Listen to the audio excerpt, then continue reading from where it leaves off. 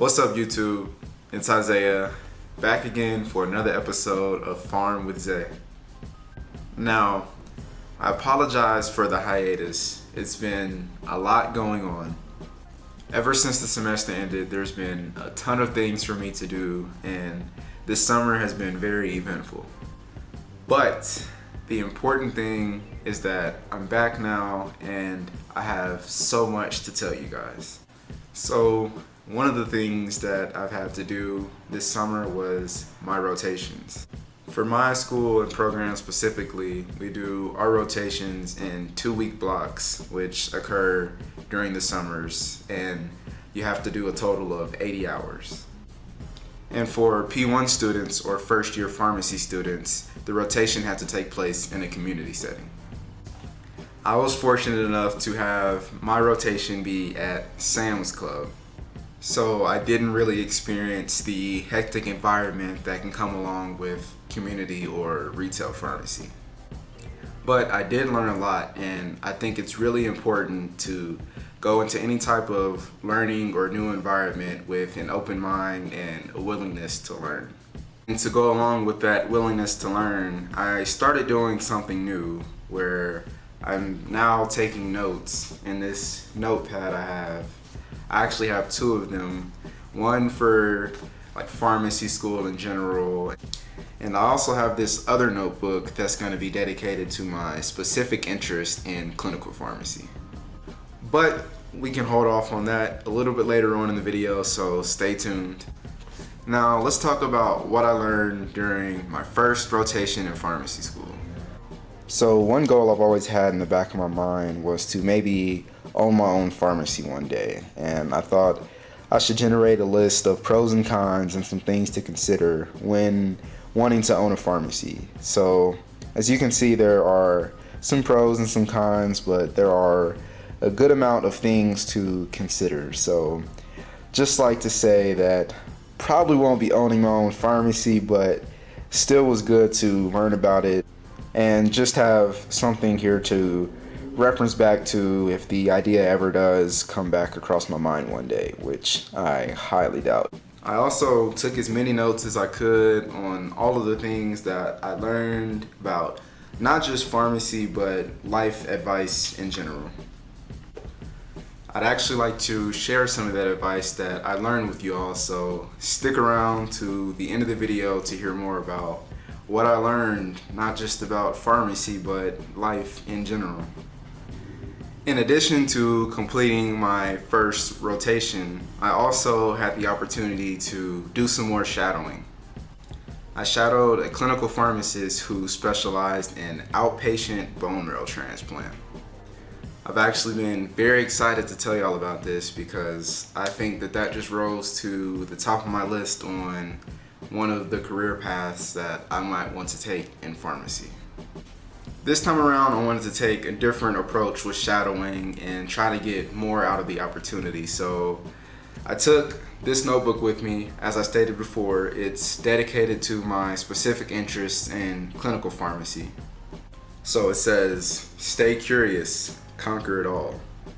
And I just think that's such a good motto to live by, being in pharmacy and a new career. And hey, that's just good advice to live by for life, Stay curious, and maybe one day you'll conquer it all.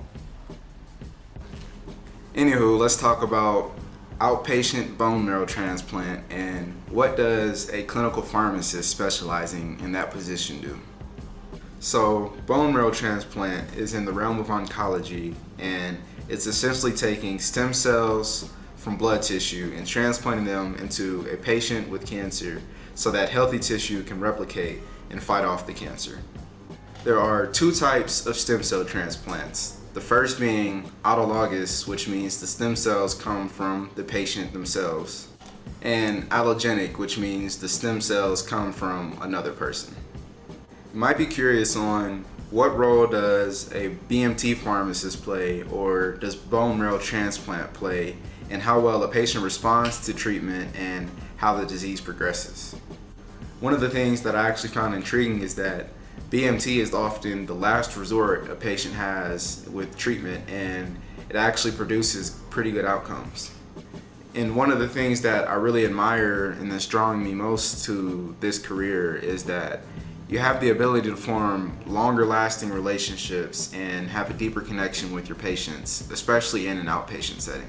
The pharmacist that I shadowed was telling me that you know the little things about your patients, like their preferences or their favorite color, that I've been learning while shadowing, and specifically in oncology, is that when treating patients and talking with them and their families, you want to always make sure to stay optimistic.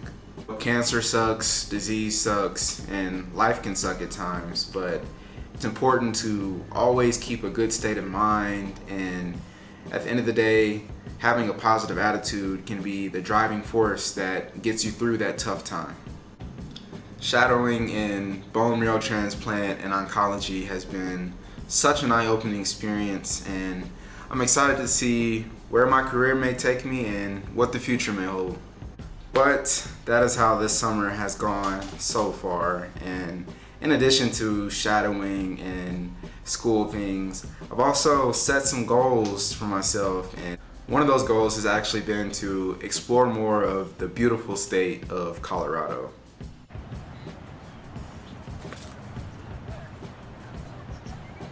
And I can say that this has been a good summer so far, and I'm in a good headspace in life right now. And I think that's good and important because once the semester starts back up, it's not going to be the same.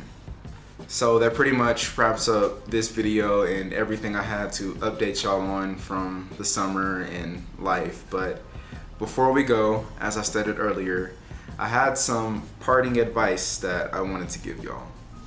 One of the biggest pieces of advice that anyone can have in their career is networking.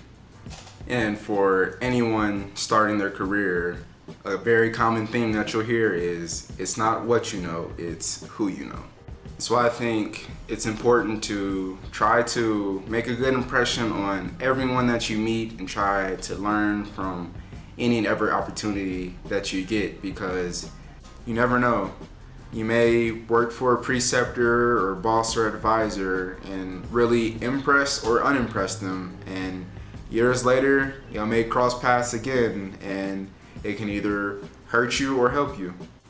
And piggybacking off that, that brings me to my next point, being that pharmacy is a small world. There have been numerous times that I've witnessed where one pharmacist knows another pharmacist because that was their preceptor on a random rotation, or another pharmacist was that pharmacist's resident at the old hospital they worked at, or that was a professor while they went to school, and just very serendipitous ways to meet.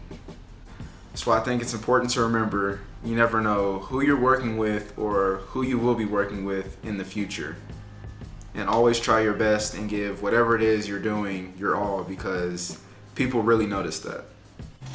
And the last key to life that I wanted to give y'all is that nothing is gonna be perfect. Every career and everything you encounter in life is gonna have its ups and downsides, and it's up to you to determine what you can and can't and will and won't put up with. The road to success is always under construction, and just try to smell the roses and appreciate the finer things in life and your career, whatever it is that you're doing. Because at the end of the day, sometimes that's all we can do, and that's what can get us through. So that wraps up another video. I want to thank y'all for being patient and sticking by me and making it to the end of this video. There's a lot of summer left, and can't wait to keep you guys updated on what's going on with work and my career and school, and thank y'all for going on this journey with me.